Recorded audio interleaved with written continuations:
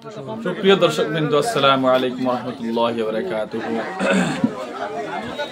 দর্শকবৃন্দ, নিশ্চয়ই আপনারা জানেন গত 2 দিন আগে অর্থাৎ 2 মে দুপুর অনুমান 1 ঘটিকার সময় দোলাই সমষ্টির গঙ্গানগর তৃতীয় খণ্ডে 4 জন তরতাজা যুবক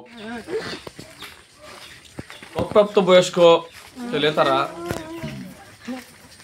বাড়ির কিনারও একটা ফিশারির মানে বাসা বাড়িয়ে আসলো। ফিশারির বাসার থেকে তারা এক জায়গাতে আসলা, আর হঠাৎ আকস্মিক প্রাকৃতিক দুর্যোগ অর্থাৎ বজ্রপাতের কবলে পড়েন তারা। আর বজ্রপাতের কবলে পড়ার সঙ্গে সঙ্গে 4 জনের মধ্যে থেকে 2 জন মারা গেছেন আর 2 জন মোটামুটি আহত হয়েছেন। পর্যন্ত এই গোটা এলাকাত শোকাকুল পরিবেশ এবং বিশেষ মানে মানুষ দুঃখিত এই জায়গার।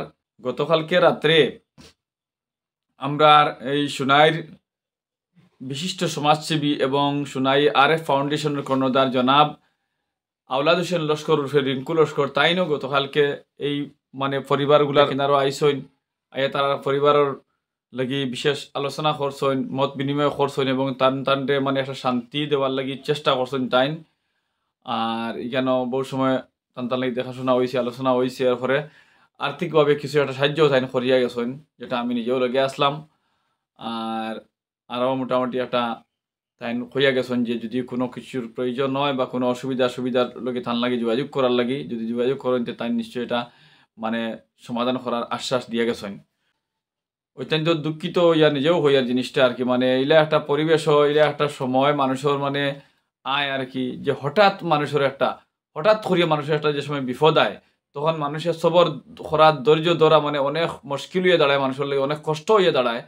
তো এই সময়খানে যদি আমরা প্রত্যেক মানুষে একে অন্যের যদি আমরা শান্তির লাগি বা একে অন্যের যদি আমরা সাহায্য সহযোগিতার হাত যদি এই সময় আমরা বাড়াই, আশা করি এই মানুষটার মনটা অনেক পাতলা হয়, অনেক মানে এই মানুষটা মানে আরাম পায় আর কি।